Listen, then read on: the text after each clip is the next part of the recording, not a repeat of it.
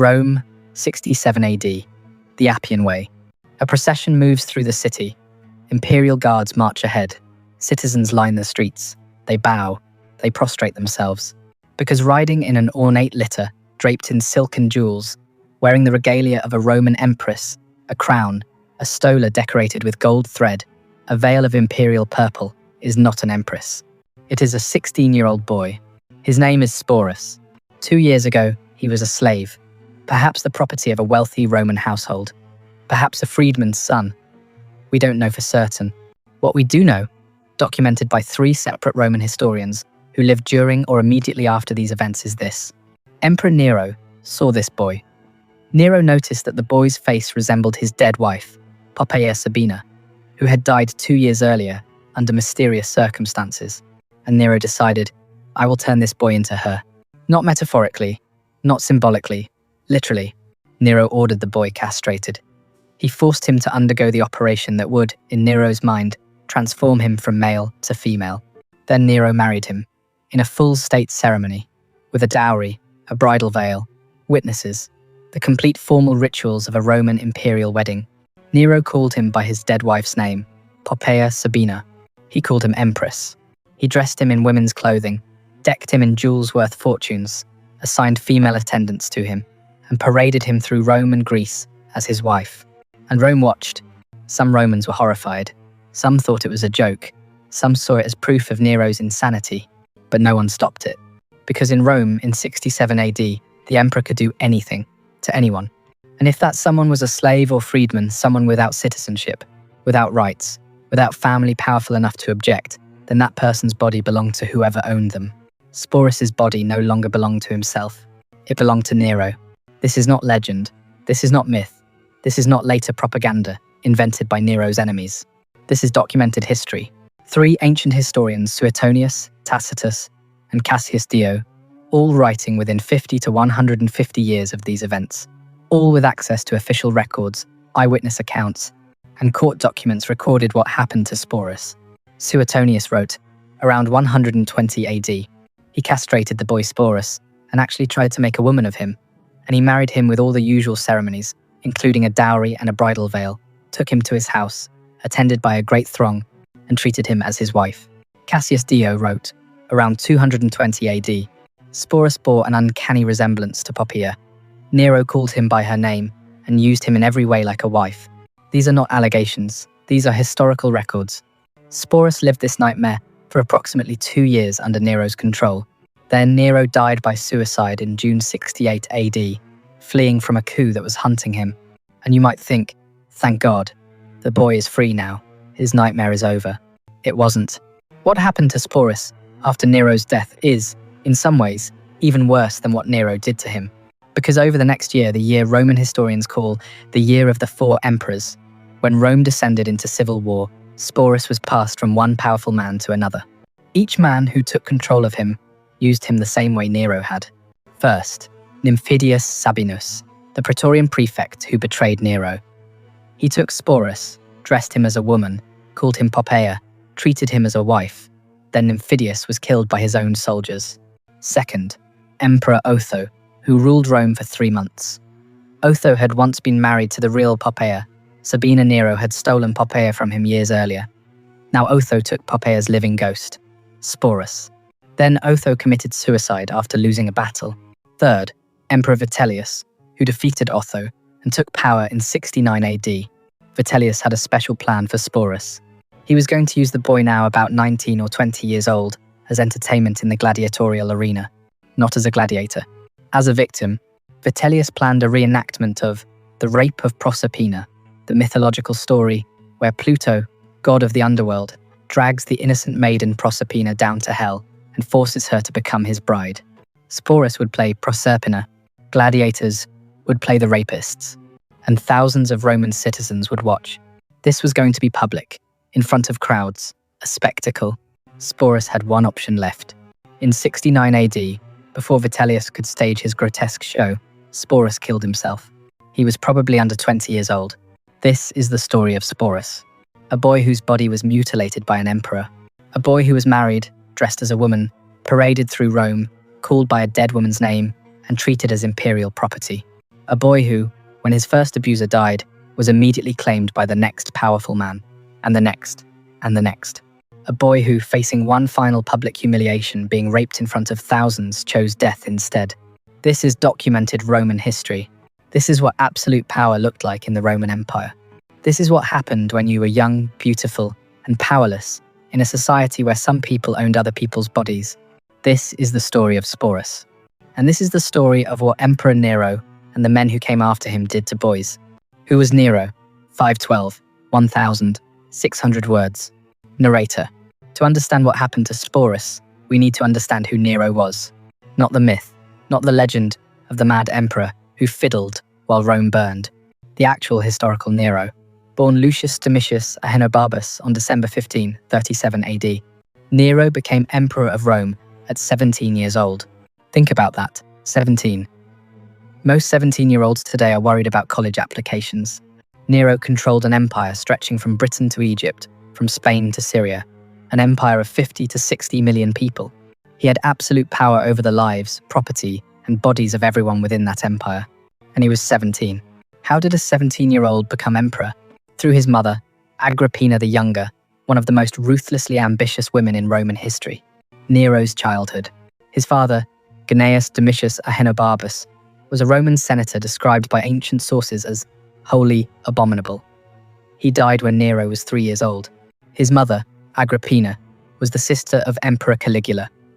She was exiled when Nero was young, and Nero was raised briefly by an aunt. When Claudius became emperor in 41 AD, he recalled Agrippina from exile. She set her sights on the throne for her son.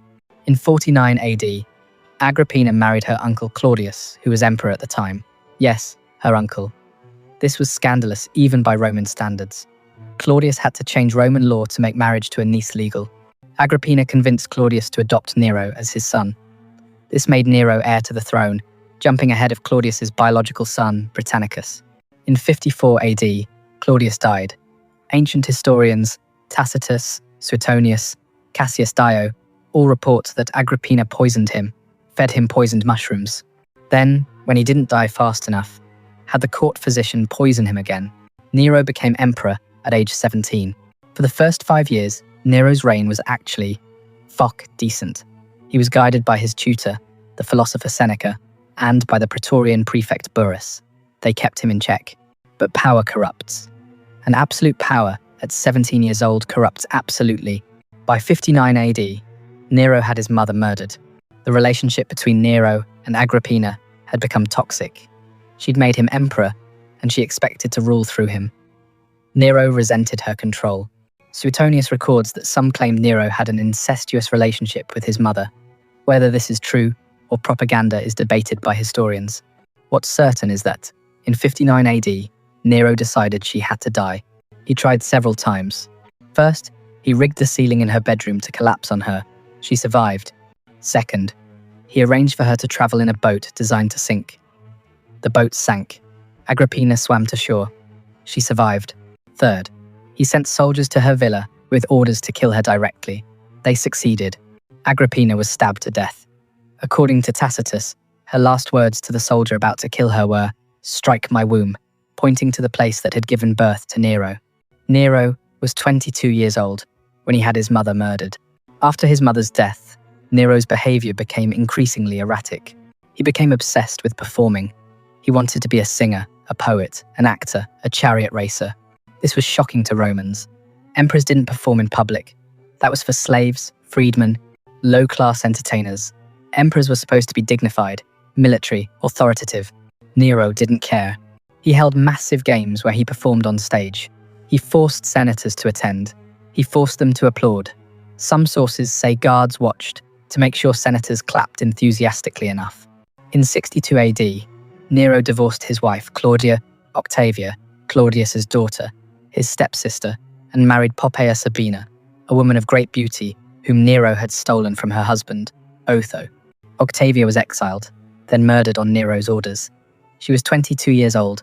Poppaea became empress. Nero appears to have genuinely loved her, or as close to love as someone like Nero could experience. In 65 AD, Poppaea died. The circumstances are unclear. She was pregnant. Ancient sources give two accounts. Tacitus suggests she died from complications of pregnancy or childbirth.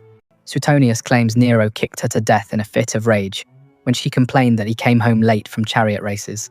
Modern historians debate which account is true. What matters is, Poppaea died, and Nero grieved. He gave her an elaborate state funeral. He had her body embalmed, unusual for Romans, who usually cremated in the Egyptian style. He honored her as a goddess. He burned a year's worth of Rome's incense supply at her funeral. He missed her. And when you're an emperor with absolute power, and you miss someone, and you see a slave boy whose face resembles that person, you take what you want. The first time Nero saw Sporus, 1218, 1,650 words. Narrator, 66 to 67 AD, about a year after Poppaea's death. Nero is touring Greece. He's competing in the Olympic Games, which were postponed a year just for him. He's performing in theatres. He's indulging every artistic fantasy. And in his entourage, among the slaves and freedmen and attendants travelling with the imperial court, there is a young boy. Ancient sources identify him as Sporus. This is almost certainly not his birth name. The name Sporus comes from the Greek word sigma, pi, oro, omicrons, sporos, meaning seed or semen. Most historians believe this was a cruel nickname given to him after his castration because he could no longer produce seed, could no longer father children. His real name is lost to history. What we know about Sporus: he was young. Ancient sources call him a pure, a boy, or youth. Most historians estimate he was between 14 to 16 years old when Nero noticed him. He was beautiful. Multiple sources emphasize this. He bore a striking resemblance to Poppaea Sabina. Cassius Dio writes, Sporus bore an uncanny resemblance to Poppaea, and Nero noticed. What happened next is documented by three ancient historians. Suetonius, writing around 120 AD, 50 years after these events, he castrated the boy Sporus and actually tried to make a woman of him, and he married him with all the usual ceremonies, including a dowry and a bridal veil, took him to his house, attended by a great throng, and treated him as his wife. Tacitus, writing around 116 AD, mentions Sporus briefly in the context of Nero's court. Cassius Dio, writing around 220 AD, but using earlier sources, provides more detail about Sporus's resemblance to Poppaea and how Nero called him by her name. These historians didn't like Nero. They considered him a tyrant. Their accounts are hostile, but they had access to official records, court documents, eyewitness testimony, and the oral traditions of people who'd lived through Nero's reign, and all three independently confirm. Nero castrated a boy, married him, dressed him as a woman, and called him by his dead wife's name. Let's understand what castration meant in the Roman world. There were different methods. The most common, crushing or removing the testicles. This was the standard method for creating eunuchs. Sometimes also removing the penis. This was less common and far more dangerous. Suetonius says, exectis testibus, having the testicles removed. So most historians believe Sporus was castrated but not fully. The testicles were removed or destroyed. The penis likely remained. This operation was illegal in Rome. Roman law, at the time, forbade the castration of Roman citizens or anyone within Roman territory. Eunuchs existed in Rome, but they were imported, captured in war, brought from the east, purchased from slave markets. They weren't created in Rome itself. Nero broke this law. But who was going to stop the emperor? Why did Nero do this? Ancient historians offer different explanations. Grief theory. Nero missed Poppaea so desperately that he tried to recreate her through Sporus. Guilt theory. Nero felt guilty for Poppaea's death, especially if he'd killed her by kicking her and tried to bring her back. Power theory. This was about control and domination.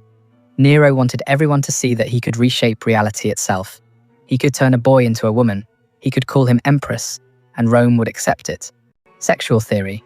Nero was simply attracted to the boy and used the resemblance to Poppaea as justification. Modern historians debate which explanation is most accurate. The truth is probably some combination.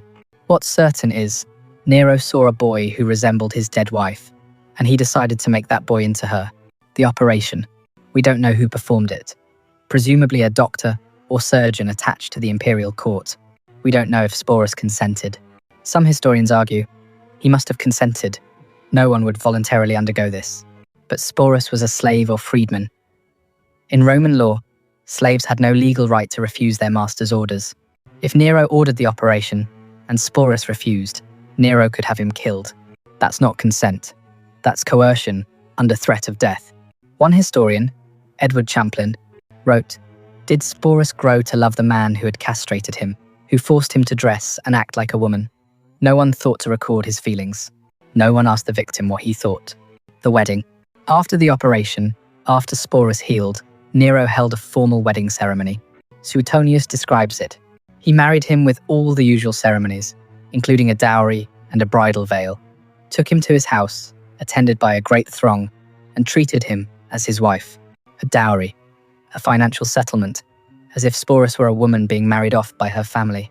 A bridal veil, the traditional Roman wedding veil, the flammeum, orange-red in colour, worn by Roman brides. A great throng, public witnesses, senators, nobles, citizens. This was not secret. This was not hidden. This was a state ceremony. Nero wanted everyone to see. And after the ceremony, Nero took Sporus home as his wife. Sporus' new life. He was dressed in women's clothing, the stola, the traditional dress of Roman matrons and empresses. He was decked in jewels, pearls, gold, precious stones worth fortunes. He was attended by female servants. A woman named Calvia Crispinilla was assigned as his mistress of the wardrobe. He was addressed as Lady, Empress, Mistress, Poppaea Sabina, the name of Nero's dead wife. Suetonius writes, "This Sporus, decked out with the finery of the empresses and riding in a litter, he took with him to the assizes and marts of Greece, and later at Rome through the street of the images, fondly kissing him from time to time. Nero paraded Sporus through Greece and Rome, in public, in an imperial litter, dressed as empress, kissing him in front of crowds." What was this like for Sporus? We don't know. As Champlin noted, no one recorded his feelings. But we have one clue. Shortly before Nero's death, during the Calends festival, a Roman holiday, Sporus gave Nero a gift. It was a ring, set with a gemstone, engraved with an image. The image depicted the rape of Proserpina. In Roman mythology, Proserpina was a young maiden, beautiful, innocent. She was picking flowers in a field when Pluto, god of the underworld, burst from the earth, grabbed her, dragged her down to hell, and forced her to become his bride. Proserpina's mother, Ceres, goddess of agriculture, searched for her daughter. She grieved so deeply that all plants on earth began to die. Eventually, Zeus negotiated. Proserpina would spend 6 months in the underworld with Pluto, 6 months above with her mother. This is a story about abduction, rape, and forced marriage. And Sporus gave Nero a ring depicting this story. Ancient sources say it was interpreted as a bad omen, foreshadowing Nero's fall. But modern historians see something else in this gift. A message. This is what you did to me. You are Pluto. I am Proserpina. You dragged me into your underworld. You forced me to be your bride. It wasn't a love gift. It was an accusation. Video tuktiv. Sporus. Part to seamless. Continuation. Minutes 25-0, 55-0. Continuous from part 1. Nero's other victims. 1825-0 to 1,500 words. Narrator. Sporus was not Nero's only victim. Before we continue with what happened to Sporus after Nero's death, we need to understand this was a pattern. Nero had been sexually abusing boys and young men for years before he ever saw Sporus. The ancient sources are explicit about this.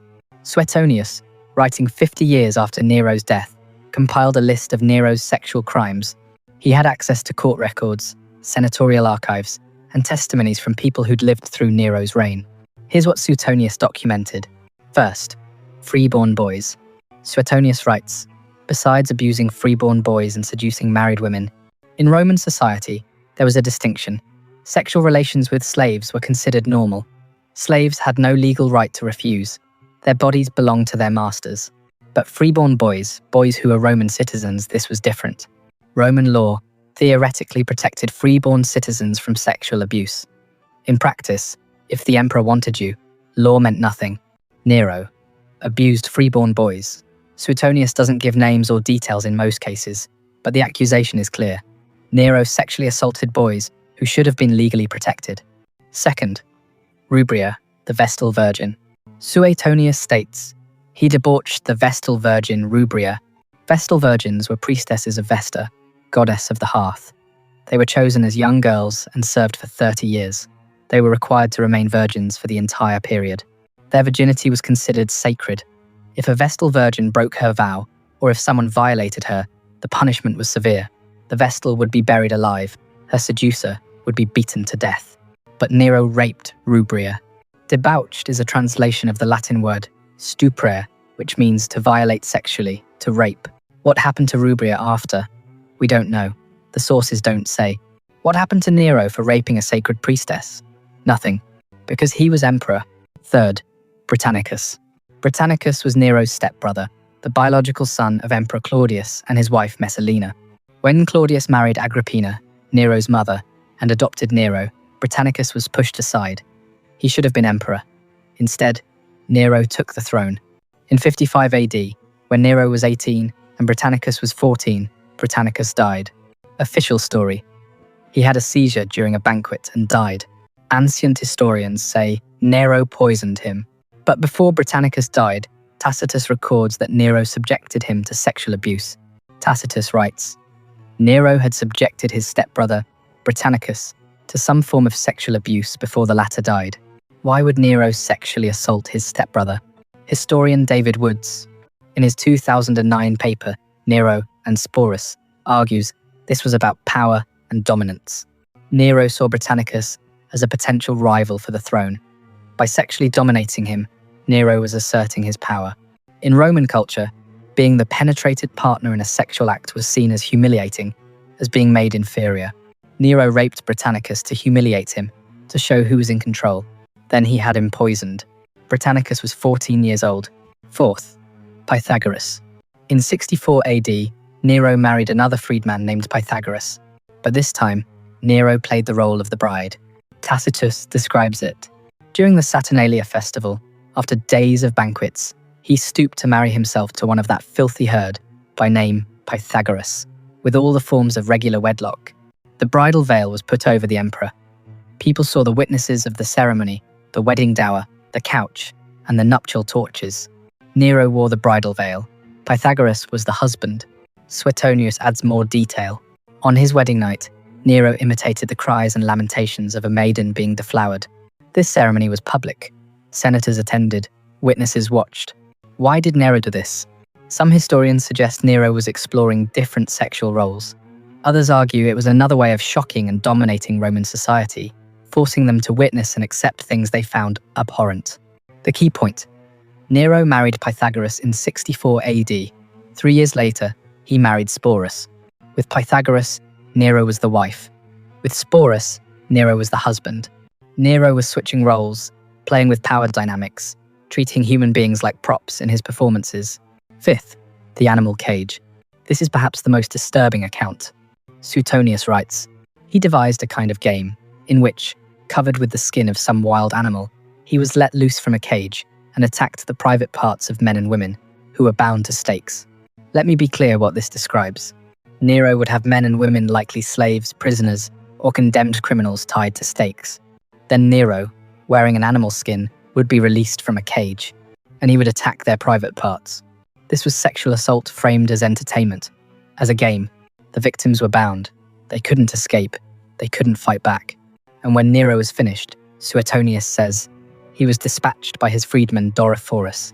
Some scholars interpret dispatched as a sexual euphemism that Doryphorus, or Pythagoras, sources differ, would then have intercourse with Nero now taking the passive role. This was a ritual, a performance, a display of absolute power over other people's bodies. Why are we talking about all this? Because Sporus needs to be understood in context. What Nero did to Sporus was not an isolated incident. It was not a love story gone wrong. It was not about grief over Poppaea. It was part of a pattern of sexual violence that lasted Nero's entire reign. Freeborn boys, a Vestal virgin, his stepbrother, freedmen, slaves, men and women tied to stakes. Sporus was one victim among many. The difference is, Sporus is the one whose name we know, whose story was documented in detail. Because Nero made Sporus's humiliation public, he paraded him through Rome. He called him Empress. He made sure everyone saw. And so, 2,000 years later, we remember Sporus. We don't know the names of most of Nero's victims, but we know his. June 68 ad. Nero's fall, 25-0, 31-0 to 1000. 400 words. Narrator. By 68 AD, Nero had been emperor for 14 years, and Rome was tired of him. The Senate hated him. He'd executed senators, confiscated their property, humiliated them by forcing them to watch his performances. The army distrusted him. He'd avoided military service. He preferred singing to commanding troops. The provinces were in revolt. In March 68 AD, Julius Vindex, governor of Gaul, raised a rebellion. Vindex was defeated and killed, but his rebellion inspired others. Galba, governor of Spain, declared himself emperor and marched on Rome with his legions. In Rome, the Praetorian Guard, the emperor's own bodyguards, turned against Nero. They declared Galba the new emperor. The Senate condemned Nero to death in absentia. The sentence: he would be beaten to death in the ancient manner, stripped naked, his head held in a wooden fork, beaten with rods until he died. Nero fled Rome on June 8, 68 AD. With him went 4 people: Epaphroditus, a freedman and secretary; Phaon, a freedman who owned a villa outside Rome; Neophytus, a eunuch attendant; and Sporus, not his wife, Statilia Messalina, not his closest advisors, not generals or senators. Sporus. Ancient sources specifically note this. In Nero's final hours, fleeing for his life, the person he brought with him was the castrated boy he'd married. They rode to Phaon's villa, about 4 miles outside Rome. They hid there. Nero knew he was going to die. The soldiers were coming. There was no escape. According to Suetonius, Nero began preparing for suicide. He asked his companions to start digging a grave. He wept. He recited poetry. At one point, according to the sources, he began the ritual lamentations, the formal Roman mourning customs, and he turned to Sporus, not to Epaphroditus, his secretary, who'd been with him for years, to Sporus, the boy he'd castrated, the boy he'd married, the boy he'd paraded through Rome as a grotesque replacement for his dead wife. In his final moments, Nero sought comfort from his victim. On June 9, 68 AD, hearing soldiers approaching, Nero committed suicide. He had a dagger, but he couldn't bring himself to do it. He kept hesitating. Finally, with soldiers at the door, Epaphroditus helped him drive the dagger into his throat. Suetonius records Nero's last words: "What an artist dies in me." Even dying, Nero thought of himself as a performer. He was 30 years old. He'd been emperor for 14 years. What happened to Sporus when Nero died? In that moment, standing in Phaon's villa, watching the emperor bleed to death, did Sporus feel relief? Horror? Freedom? We don't know. What we do know is, his nightmare was not over. Sporus after Nero, the year of 4 emperors, 31 to 0, 40 to 0 to 1,000, 900 words. Narrator. June 68 AD. Nero is dead. Rome descends into chaos. Over the next 18 months, 4 different men would claim to be emperor. 3 would die violently. This period is known as the Year of the 4 Emperors. And Sporus, aged 16 or 17, castrated, traumatized, probably hoping he could finally disappear, became a prize to be passed between powerful men. First, Nymphidius Sabinus. Who was he? Nymphidius Sabinus was the Praetorian prefect commander of the Praetorian Guard, the elite troops who protected the emperor. He was the man who betrayed Nero. When Galba marched on Rome in June 68, Nymphidius persuaded the Praetorian Guard to abandon Nero. He promised them money if they switched allegiance to Galba. The guards abandoned Nero, which is why Nero fled, which is why Nero died. Nymphidius had killed Nero, and now Nymphidius took Sporus. Ancient sources don't tell us exactly how this happened, but we can reconstruct. After Nero's death, his property was confiscated. His slaves and freedmen became available. Sporus was property. Whether technically a slave or a freedman, he had no legal autonomy. He couldn't just walk away. Someone would take possession of him. That someone was Nymphidius. Why did Nymphidius want Sporus? The sources tell us, because of what Nero had done to him. Dio Cassius writes that Nymphidius treated Sporus as a wife and called him Poppaea, exactly what Nero had done. The same name, the same role. Nymphidius hadn't taken Sporus to free him. He'd taken him to continue using him.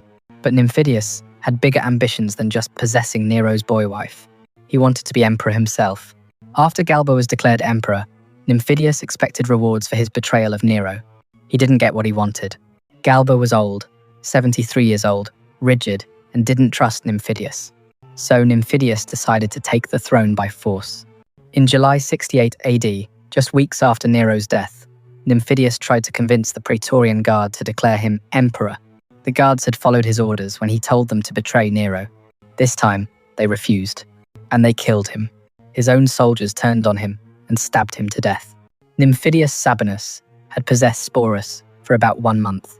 Now he was dead, and Sporus, who'd been passed from Nero to Nymphidius, was about to be passed again. Second, Emperor Otho. Who was Otho? Marcus Salvius Otho was a Roman senator and former friend of Nero. Years earlier, Otho had been married to Poppaea Sabina, the same woman who would later become Nero's wife. Nero stole Poppaea from Otho, forced Otho to divorce her, married her himself, sent Otho away to govern a province in distant Lusitania, modern Portugal. Otho had lost his wife to Nero. Now, in the chaos after Nero's death, Otho saw an opportunity for power. Galba was old and unpopular. The Praetorian Guard was restless. In January 69 AD, Otho had Galba assassinated. The guards proclaimed Otho emperor. Otho ruled for 3 months, and during those 3 months, Otho took possession of Sporus. The sources say Otho had intimacy with Sporus. Think about what this means. Otho had been married to the real Poppaea Sabina years ago. Now he possessed the boy Nero had transformed into a grotesque replacement for her. The boy who'd been dressed in her clothes, called by her name, made to play her role. Was this about lust, power, revenge against Nero's ghost? Some twisted nostalgia for his lost wife? We don't know Otho's motivations. What we know is Sporus was used again. Otho's reign was brief. Other claimants rose up. Vitellius, governor of Germania, marched on Rome with his legions. April 69 AD, the Battle of Bedriacum. Otho's forces were defeated. Rather than fight a prolonged civil war, Otho committed suicide. He was 37 years old. He'd been emperor for 3 months. Before dying, Otho made sure that Sporus would not be harmed in the immediate aftermath. Why? We don't know. Perhaps he felt some responsibility, perhaps guilt. But Otho couldn't protect Sporus from what came next, because now Vitellius was emperor, and Vitellius had a very specific plan for Sporus. Third, Emperor Vitellius, the gladiator plan. Who was Vitellius? Aulus Vitellius was a Roman general, commander of the legions in Germania, Germany. He was 54 years old. Ancient sources describe him as gluttonous, cruel, and vulgar. When he became emperor in April 69, he inherited all of Otho's property, including Sporus. Vitellius looked at Sporus, now 18 or 19 years old, traumatized, having been passed between 4 powerful men in less than a year, and decided, I'm going to use this boy as entertainment in the gladiatorial games. The gladiatorial games were public spectacles. Thousands of Romans would gather in arenas to watch, gladiators fighting to the death, condemned criminals executed in elaborate ways, wild animal hunts, reenactments of famous battles or mythological scenes. These reenactments sometimes included sexual violence. Criminals or slaves would be forced to play roles in mythological rape scenes, performed live, in front of crowds. Vitellius planned for Sporus to star in such a reenactment. The specific scene, the rape of Proserpina. Remember, this was the image on the ring Sporus had given Nero before his death. The story, Proserpina, innocent maiden, is picking flowers. Pluto, god of the underworld, bursts from the earth, seizes her, drags her to hell, rapes her, forces her to become his bride. Vitellius planned to stage this in the arena. Sporus would play Proserpina. Gladiators or condemned criminals would play the rapists. And thousands of Roman citizens would watch. This would be public. This would be in daylight. This would be in front of families, children, senators, the entire social hierarchy of Rome. Sporus, who'd been castrated by an emperor, married in a state ceremony, paraded through Rome as empress, called by a dead woman's name, would now be raped in public as entertainment. As a finale to the gladiatorial games, the crowd would cheer. Why would Vitellius do this? Several theories. Revenge against Nero. Sporus had been Nero's prized possession. Degrading Sporus was degrading Nero's memory. Entertainment. Romans enjoyed watching humiliation and violence. This would be a spectacle. Power. Vitellius was showing everyone that he could do whatever he wanted with anyone, even someone who'd been empress. All of the above. Sporus had survived. Being castrated by Nero, being married and paraded through Rome, being passed to Nymphidius, being passed to Otho, being passed to Vitellius. He'd survived 3 emperors, 2 assassinations, months of civil war, and a year of being used by one powerful man after another. But he could not survive this. In 69 AD, sometime between April and December, before Vitellius could stage his spectacle, Sporus killed himself. Sporus's death and legacy, 40-0, 50-0 to 2,100 words. Narrator. Ancient source don't give us details about how Sporus died. They simply state, Sporus committed suicide. No description of the method, no location, no final words. Just, he chose death rather than face what Vitellius had planned. He was probably under 20 years old. Let's think about what this young person endured. Age 15 or 16, castrated on Nero's orders, his body permanently mutilated. Age 16 to 17, married to Nero in a state ceremony, dressed as a woman, called by a dead woman's name, paraded through Rome and Greece as empress, used sexually by an emperor. Age 17, Nero dies, immediately claimed by Nymphidius, used the same way. Age 17 to 18, Nymphidius killed, claimed by Otho, used again. Age 18 to 19, Otho dies, claimed by Vitellius, told he'll be raped in public in a gladiatorial arena for the entertainment of thousands. Age 19 or 20, suicide. Asterisk, asterisk. This was Sporus's life. From the moment Nero saw him, his life was not his own. His body was not his own. He was property, a possession, a toy for emperors. And here's what's striking. No one tried to save him. Not when Nero castrated him. Not when Nero married him. Not when he was passed from one emperor to the next. No senator objected. No general intervened. No priest declared it sacrilege. Rome watched and did nothing. Why? Because Sporus had no power. In Roman society, power was everything. If you were born into a powerful family, if you were a senator's son, a patrician, someone with wealth and connections, you had legal protections. Not absolute, but something. If you were a slave or freedman, you had nothing. Your body belonged to whoever owned you. Sporus was either a slave or a freedman of low status. Ancient sources aren't clear which. What's clear is, he had no family powerful enough to protect him, so Nero could do whatever he wanted. And when Nero died, Nymphidius could do whatever he wanted. And Otho. And Vitellius. Sporus's only power was the power to die. And in the end, that's what he chose. What happened after Sporus's death? Vitellius ruled for 8 months before he too was killed. In December 69 AD, Vespasian's forces captured Rome. Vitellius was dragged through the streets, tortured, and executed. Vespasian became emperor. The year of the 4 emperors was over. Rome stabilized. The Flavian dynasty began. And Sporus was forgotten. Not entirely forgotten. 3 ancient historians, Suetonius, Tacitus, Dio, Cassius, all wrote about him. But they wrote about him as an example of Nero's depravity. Suetonius placed the story of Sporus in a chapter titled Nero's Sexual Aberrations, sandwiched between an account of Nero raping a Vestal virgin and committing incest with his mother. Sporus was used as evidence of how evil Nero was, not as a person, not as a victim who deserved sympathy, as a shocking anecdote, and that's how he's been remembered for 2,000 years. A curiosity, a footnote, a bizarre story about a crazy emperor. In 1735, the English poet Alexander Pope wrote a satirical poem mocking a nobleman named Lord Hervey, who'd been accused of homosexuality. Pope compared Hervey to Sporus, calling him that mere white curd of ass's milk, amphibious thing, that acting either part, the trifling head or the corrupted heart. Pope even included the famous line, "Who breaks a butterfly upon a wheel?" Meaning, why use a heavy weapon, satire, against something so insignificant as Sporus? Pope used Sporus's name as an insult, as a symbol of effeminacy, weakness, sexual deviancy. The victim became the punchline. In modern times, historians have tried to understand Sporus differently. Some scholars ask, was Sporus transgender? Did Sporus, in fact, want to live as a woman? Was the castration and marriage actually something Sporus desired? Historian Edward Champlin dismisses this. The boy was forcibly castrated and compelled to play the role. It is just too outrageous. Other historians argue, we can't know what Sporus wanted. The sources are all hostile to Nero. Maybe there's more to the story.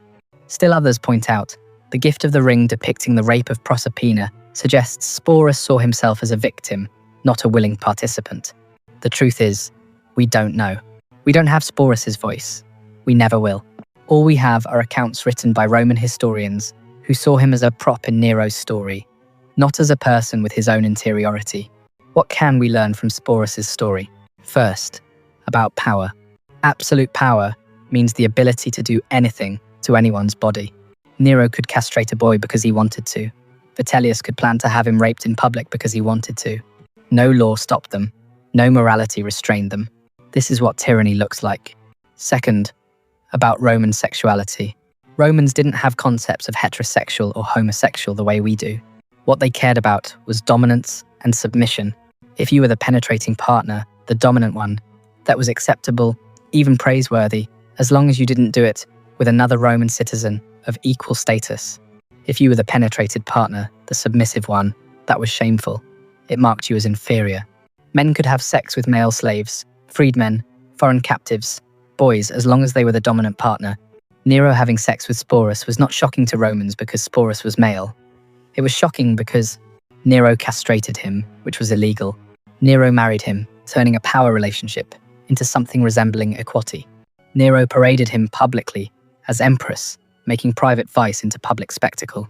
The cruelty wasn't shocking. The publicity was. Third, about slavery. Sporus's story is ultimately a story about slavery. Even if he was technically a freedman, he had no autonomy. His body could be bought, sold, mutilated, used, passed from owner to owner. This was legal. This was normal. This was Rome. Millions of people lived like this. Slaves had no legal rights. Masters could do whatever they wanted. Most slave stories are lost to history. We don't know their names. We know Sporus's name only because an emperor chose to publicize his abuse of him. Fourth, about historical memory. For 2,000 years, Sporus has been remembered as a punchline, a curiosity, an example of depravity. Only recently have historians begun to ask, what about Sporus as a person? What was it like to be him? To be castrated at 15 or 16? To be dressed in women's clothing and called by a dead woman's name? To be paraded through the streets while crowds stared? To watch your abuser die, feel a moment of hope, and then immediately be claimed by the next powerful man? To know that it would never stop, that as long as you lived, someone would use you. What was it like? We don't know, because no one asked him, and now we never can. Narrator. In 69 AD, a young person, probably not yet 20 years old, chose death rather than face one final humiliation. That person's name was Sporus.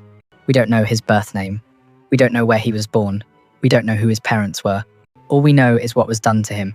Castrated by Emperor Nero, married to Nero in a public ceremony, dressed as a woman, called Empress, paraded through Rome as a replacement for Nero's dead wife, passed to Nymphidius Sabinus after Nero's death, passed to Emperor Otho after Nymphidius's death, passed to Emperor Vitellius after Otho's death, scheduled to be raped in public as entertainment in the gladiatorial arena, dead by his own hand before that could happen. This is documented history, not legend, not myth, not propaganda. Three ancient historians, Suetonius, Tacitus, Cassius Dio, independently recorded it. It happened. And the question we must ask ourselves is, what does it mean that this could happen? That an emperor could castrate a boy, marry him, parade him through Rome, and no one stopped it? That after that emperor died, 3 more powerful men in succession claimed that same boy and used him the same way? That when the 4th man planned to have him raped in public, the only intervention was the boy's own suicide? What does it mean that this was legal, normal, accepted? It means that in Rome in the 1st century AD, if you had power, you could do anything. If you didn't, you were nothing. Sporus had no power. So he was used until he chose to die. We tell this story not to shock, not to sensationalize ancient depravity. We tell it because it's important to remember. This is what absolute power looks like. This is what tyranny does to human beings. This is what happens in societies where some people are property and other people own them. Sporus is not unique. Throughout history, countless people, mostly people without power, mostly slaves, mostly women and children, have been used, abused, and discarded by those with power. Most of them, we don't know their names. We know Sporus's name because Nero made his abuse public, and because 3 historians thought his story was worth recording, not because they cared about him, but because they wanted to show how evil Nero was. Sporus was used in life, and then used again in death as evidence against his abuser. But 2,000 years later, we can choose to remember him differently, not as a punchline, not as a curiosity, not as evidence of Roman decadence, but as a person, a young person who endured unimaginable trauma, who survived as long as he could, and who, when faced with one final unbearable indignity, chose the only form of autonomy left to him. The ring he gave Nero engraved with the rape of Proserpina was his message to the world. I see what you did to me. I know what you made me. I am Proserpina, dragged into the underworld, forced to be the bride of the god of death. That ring was his voice, the only voice we have from him. In 69 AD, somewhere in Rome, Sporus ended his own life. We don't know where. We don't know how. We don't know his final words, if any. What we know is, he was free, finally, in the only way he could be. This is the story of Sporus, the boy who became Nero's wife, the boy who was passed between emperors like property, the boy who, in the end, chose death over slavery. His name was Sporus, and 2,000 years later, we remember him, not as Nero's victim, not as an empress in mockery, but as a person who deserved better than what Rome gave him. Rest in peace, Sporus. Your nightmare is over.